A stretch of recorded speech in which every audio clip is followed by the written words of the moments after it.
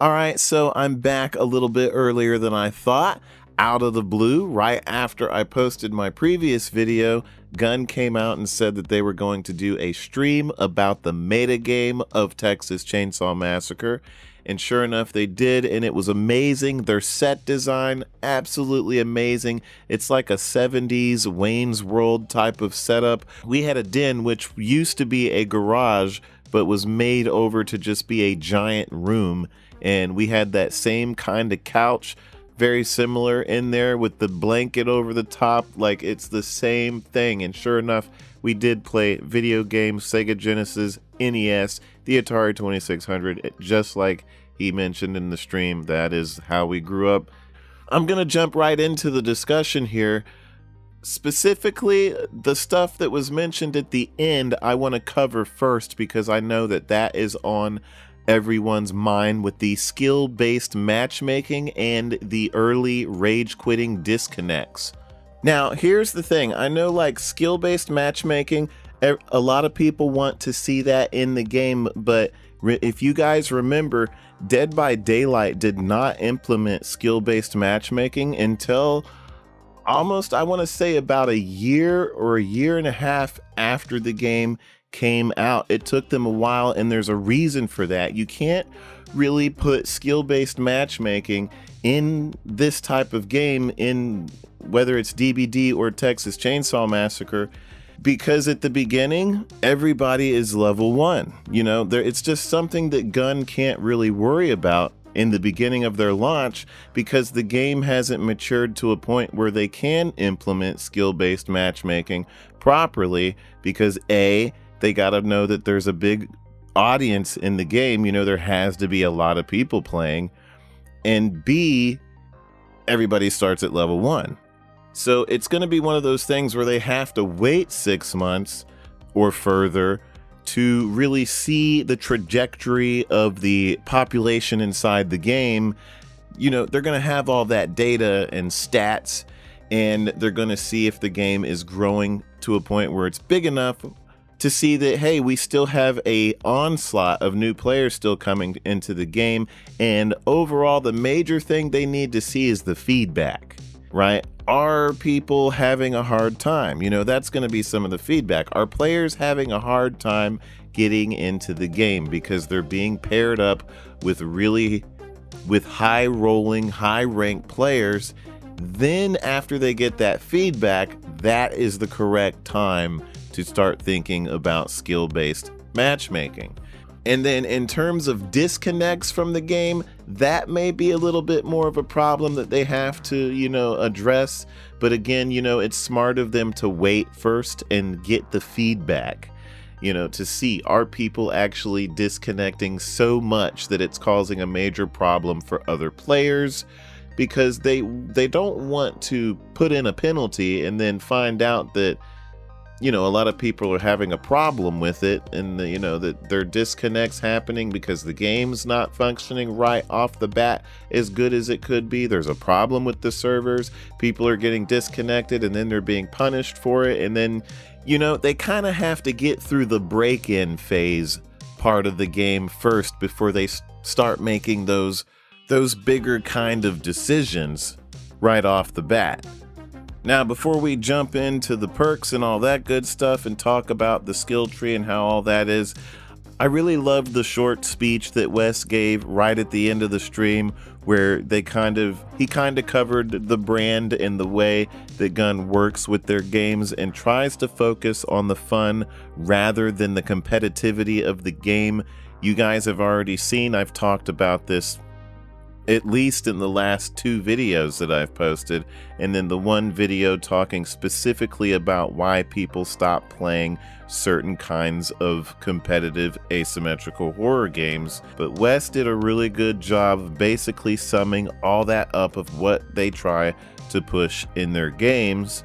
Whether you lose or win, it's all in good fun, and that's the way it should really feel. So getting into it with the perks, you guys, let's go. I know some of these zipped by really quick during the live stream, so let's just take a look at a few of these. Now, the first thing we got to see isn't necessarily perks, but it's like their star sign ability buffs that you get through leveling them up, and you can only go certain directions on the skill trees, and then you are locked off on other directions depending on where you're going in the tree.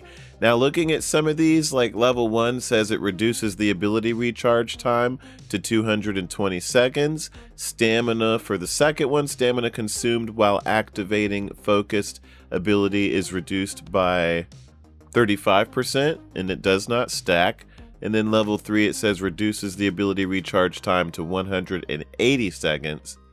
Now, in the technical test, when Connie uses her ability, after it's done, she loses all her stamina just about, and the proximity visual, the proximity alerts for when the family is around you is hindered. And also, just to add on the whole star sign and horoscope conversation, Wes and Matt also mentioned that this whole thing is based off of the scene in the actual film where Pam is reading the astrology magazine and reading their various horoscopes.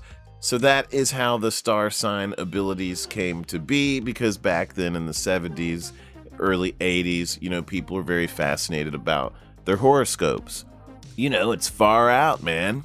So continuing on, that was their ability trees. There's also a main skill tree that you will be leveling up through. Depending on which direction you go on the tree, other directions will be locked off. They said that you can respec for free. If you want to respec your whole tree, you don't have to grind for it. You get all your points back, and then you can respec the whole thing, no cost. So one of the first perks that pop up is called Sanguine Shadow. We get a little peek here. It says, if you drop below 30% health, it can be refilled slowly by staying hidden and motionless in shadows or hiding spots. Health received is 1 HP per second, up to a maximum of 30% of your total HP, and then it goes down and there's another one for 45%. I'm assuming the third one is probably 50% or so. So this is a very interesting one. I can see a lot of people using this one because staying hidden is a very important part of matches, at least more than likely here in the beginning. This is probably going to be one that people start out with to try to get their health back by hiding. Now, these are not all the perks we're going to be talking about. They didn't show every single perk, you guys, in the stream. They just kind of, I'm looking at the ones that they kind of grazed over the cursor with, and it flashed on the screen, and I'm reading them to you. We're not going over every single perk. A lot of it is going to be saved as a surprise on release, but I am looking at the ones that we did get to see in the stream. I might miss one or two. But next one we have up here is Twinkle Toes. Level 1, you have a 25% chance not to trigger bone charms. Level 2, 50%. Level 3, 75%. And on top of, sometimes the chickens won't go off. So this could be a really good one combined with Stealth, the one we just saw, Sanguine Stealth. On top of Twinkle Toes would be really nice, because now you can move around and they might not catch a visual on you if you're just blazing through those bone charms, So that's kind of cool for those stealth players out there. Okay, and the next one is called Light on Your Feet. Level 1, Grandpa is 30% less alerted by the noises you make during the start of the game. So this is interesting because at the beginning, you guys, like a lot, especially in the technical test, a lot of players would tap through the, the release at the beginning, and, you go to pick up tools and you can just tap through it real quick. And so this, you could probably do that if everybody has this perk on, whoever has the perk on, they can make a little bit more noise and Grandpa will not be, or be less affected than usual. Level 2 is 60, level 3 is 100% less alerted by noises you make during the start of the game. So on level 3, you can basically do everything you want. Grandpa's not going to hear any of it. He won't wake up prematurely. Next one, very self-explanatory. It's called Sneaky Pete. Your stealth is increased by 3, level 2, 5, level 3, 7. So your stealth is raised up higher than it would normally be on top of your attribute setting, I'm assuming. So if you want to be max stealth, you could totally be with this perk stacked up on top of it. Probably doesn't make too much sense to put the attribute points into your stealth, maxing it out with the perk activated on top of it.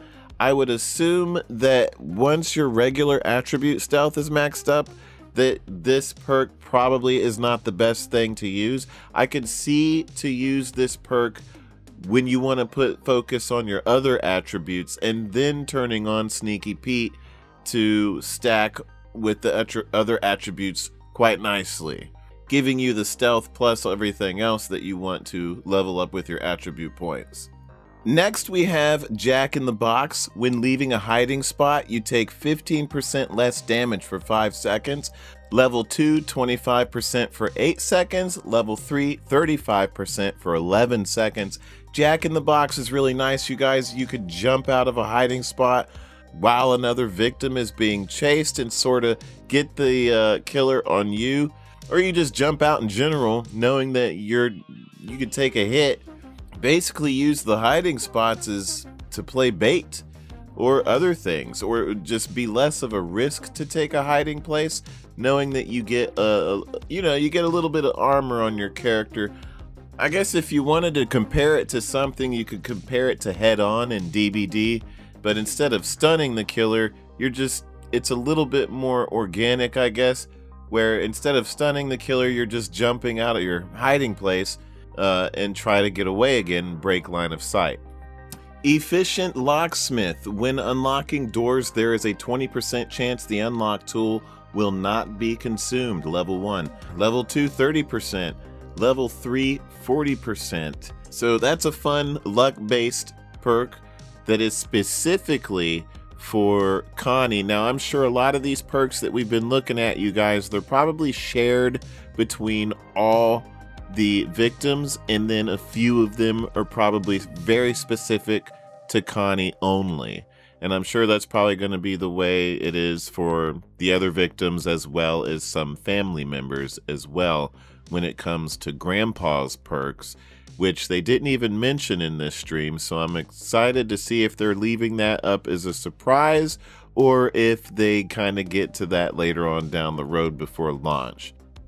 Pick on Me is another Connie specific perk. Level 1, while using an unlock tool, the door or gate you are attempting to open will be highlighted for all victims. The effect will last 10 seconds. Level 2, 20 seconds. Level 3, I'm assuming 30 seconds.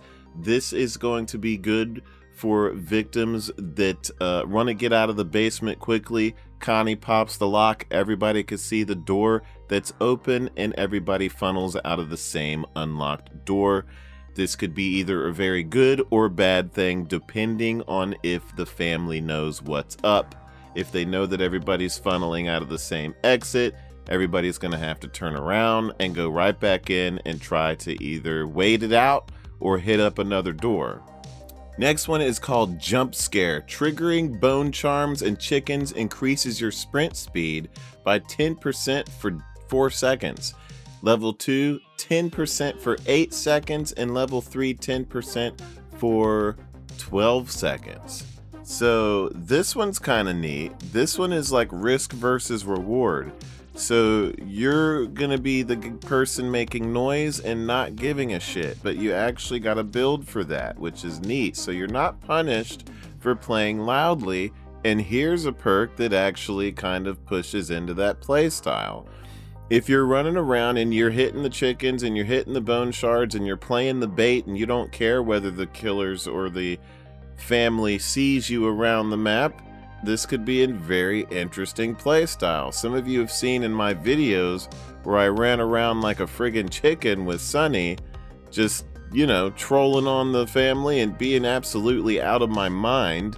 And here's a perk that could actually make that even more interesting. So I might even play around with this one just to see what I can do with a non-stealthy build. The next one is called Rally Leader. Level 1, help all victims recover from being incapacitated more quickly recovery is 15% faster. Level 2 is 25% faster, and level 3 is 35% faster.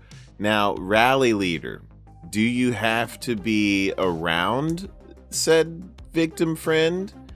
If you're dead, does it deactivate? Or is it just always activated no matter where you are on the map, just as long as you're alive, and it helps other victims get up from incapacitation more quickly? So that's an interesting question. Does it work by proximity, or does it just work in general as long as you're alive? Saboteur, level 1. After using a generator or fuse box, the interaction cooldown for family members is 10 seconds longer. Level 2, 20 seconds longer. Level 3, 30 seconds longer. Okay, so Saboteur is interesting. Now, what this means is when the family goes to interact with the generator after you cut it off, they're not going to be able to turn it back on again for 10, 20, 30 seconds longer. And that's, on the family map at least, that's super detrimental for them. So when you cut off that generator and they can't cut it on for an extra 10, 20 seconds, those are like important seconds, considering how quickly they can get down that driveway and get out of there. So now with the fuse box, I'm not sure, because with the fuse box, I don't think I've never really interacted with the fuse box after they've shut it on to see if I can do anything to it. I don't know if you can quickly shut it off and get that door in the basement closed, or if you have to be down there protecting the door. You know what? I've never bothered to interact with the fuse box. That's actually a good point to bring up. But I'm assuming that either one of two things. Either you can't interact with the fuse box, or that door in the basement is going to stay open for longer, letting the victims escape through it without having to rush down there so hardcore. I'm not really sure 100% on that, because I have not messed with the fuse box after the fuse has been lit up. Choose flight. Fight or flight. Choose flight. Once depleted, your stamina bar will instantly refill, has 1 charge. Level 2 has 2 charges, and level 3 has 3 charges. Okay, so this is like a pile of stamina just instantly recharging. I can see this one being abused, quite honestly. One of the most powerful things in these types of games is the ability to outrun the family or killer in other games. Stamina is very important, and if people are going to be hauling ass, this is a great way to do it right here. Especially if you get it to level 3, players are going to be running around Vanessa Jones style all over the place. So this one I question whether it's going to be the meta of the meta, the one people use in and out all over the place for infinite amounts of stamina. Because if your stamina bar has 3 charges and refills right after it's depleted, it's going to be easy for people to sort of milk their stamina bar until they need it to refill. And then once they need it to refill, that's when they're going to be hauling butt to wherever they need to go. I want to keep an eye on this one as the game comes out, because I can see this one being the one that people abuse the most. Keep an eye on this perk, you guys. Use it. Put it on, use it, see how well it works. If it keeps working, abuse it. See if there is a loophole with this perk, because man, it just sounds like it's overpowered. Just from looking at it, it seems, maybe it's not that bad, but it seems like it's going to be the one people are using, the OP perk. Now, next is intuition. You guys might notice that this is one of the standard base perks that you started with in the technical test. More than likely, they use this to help new players, and this is probably one of the perks you'll try to go in with in the very beginning, because it will help you gain map knowledge of where you're taking the fuse in the valve. It highlights where you need to take the fuse in the valve if you have this intuition perk activated. So it says level 1, holding a key item, the fuse or the valve, highlights the location it can be used for 40 seconds, level 2 70 seconds, level 3 100 seconds. And if you don't have this perk and you don't have the map knowledge of where those things are going to be, then you're going to be kind of lost and walking around aimlessly with the objective item, not knowing where you're going to be taking it, and then you're going to be more than likely stuck trying to get the other 2 exits.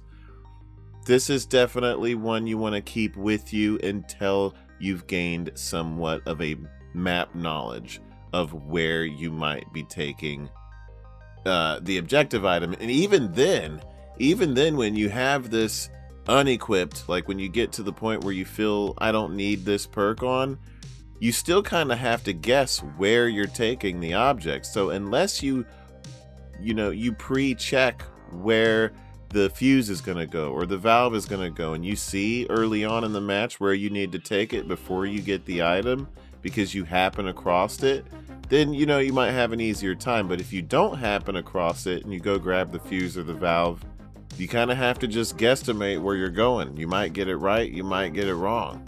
So this is an interesting perk. I like it. It keeps everything up to chance.